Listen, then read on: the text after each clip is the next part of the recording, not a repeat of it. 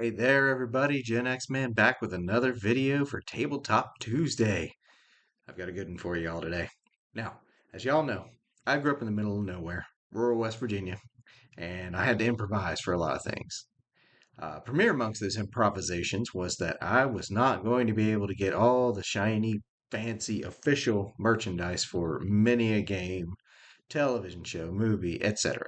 So, what's a young lad to do when he can't go buy the thing he wants? Well, it's like Thanos said, I'll do it myself.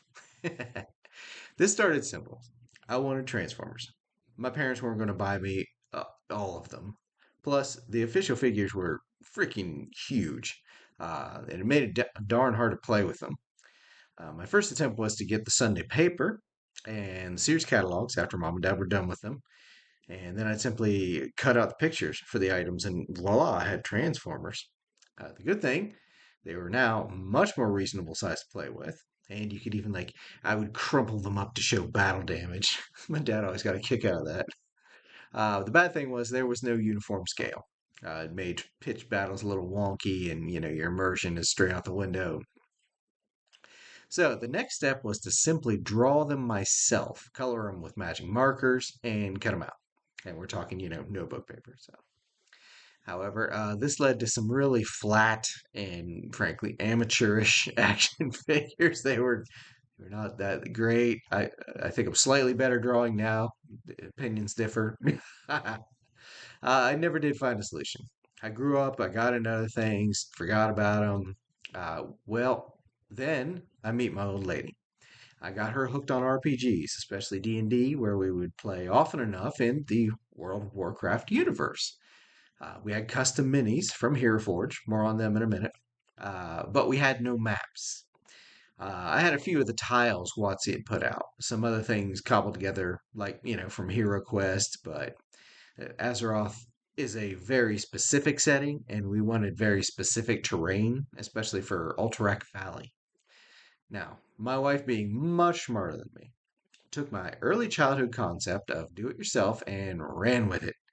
And next thing I know, she's bringing home this kind of stuff, and you know, and all this stuff, but she brings home this.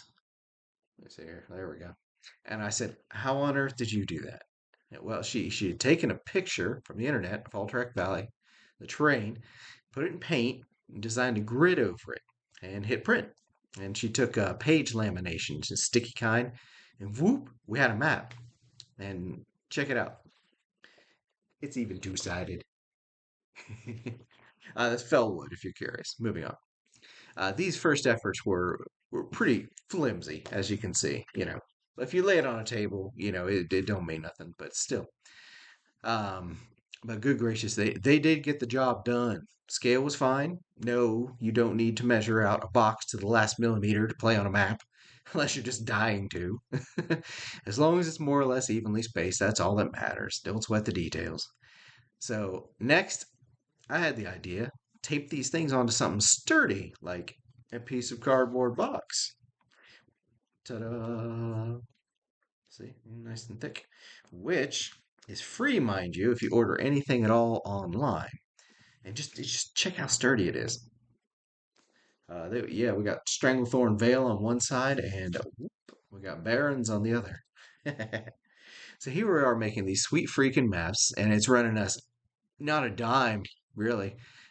This is something you can do at home. I mean, don't be fooled by crafting videos. Insist you have to buy a pressboard, an artisan glue, and ostrich eggs. That's all bullpucky. This here will work very, very well.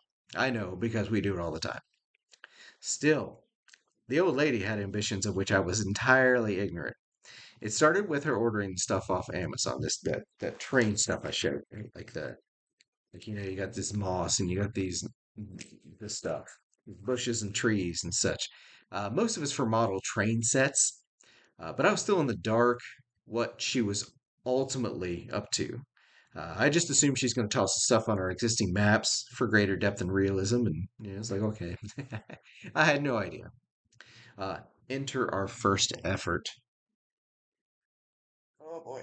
Oh, oh, oh. This one's not as sturdy as the other one. Okay. Yes. Here's our first effort. As you can see, it's just got the but uh, but yeah. The base is a piece of styrofoam from some order or another, so that was free. The carpet on it is for model train sets. She got a roll of it for, I don't know, 10, $20, nothing pricey.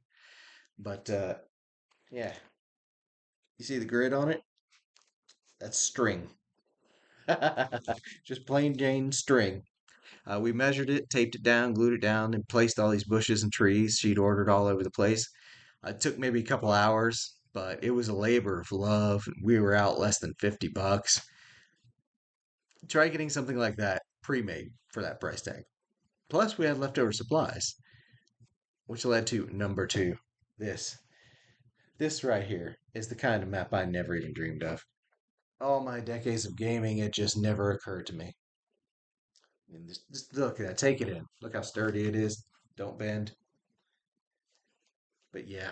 Y'all seen that the South Park episode where the fellas get into TTRPGs and then the girls want in on it and the boys try to keep them out, so the girls they just go off and do it on their own. Then the boys go check what the girls are up to, and they've got all these, the girls have all these just beautifully painted minis, all these wonderful props and maps and such. And yeah, I think there might be something in that episode, considering 95% of this was the old lady. So yeah.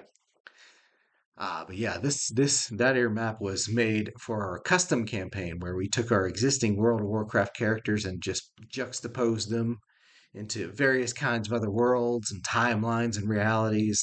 Like, we have a core of characters that we like playing. So we just tend to morph them into all kinds of settings. It's just something we do. This one here is for the Vietnam War, which we kind of morphed into like they're still in Azeroth, but yeah, so instead of it being Pandaria or Vietnam, it's Pan Vietnam. It was a hell of a campaign. Just, I mean, just look at that map. It's freaking beautiful, just unreal. And again, all this ran us under $50. But that's entirely the point of this here video. You can make amazing things on a dime. You don't have to be rich and you don't have to be ridiculously talented. Just clever and creative will do you. And speaking from personal experience, this enhances your campaign so much, so much. So it's Tabletop Tuesday. Get out there, hit up the Dollar Tree, hit up Walmart, hit up your local swap meet or flea market. Check out Hereford, Amazon, eBay. Look for cheap alternatives. Look for ways to enhance your play with a sweet tabletop. Thank me later. But oh yes, a very quick note on Hereford. As of the time of this recording, I have not found an alternative that comes even close to the customization options on that site. It is freaking incredible. Go try it out. It's free to play with. You don't even have to have them print the minis, although if you do, you can have your regular minis, but I've also found these cool see-through plastic cutouts. They are freaking awesome too, and they're half the price. They're fully painted, from your file and everything. But if you don't go with Hero Forge, you can buy the file, the STL off them. Go into Etsy. They've got tons of private printers all over, many reasonably priced. Make sure to bookmark your favorites. It can be hard to find them again. But anyway, that's all I got right now. I hope this video fires up your creative spirit, gives you some gumption to spice up your gameplay. If I put a smile on your face or inspired you to try out something, why not give me a like and a subscribe? It's free and easy for you, and it helps the channel grow. And thanks again to everyone who gave a few minutes of your time. And thanks to everyone that subscribed recently. Welcome to the channel, and I aim to entertain. So stay tuned for more videos. Have a good one.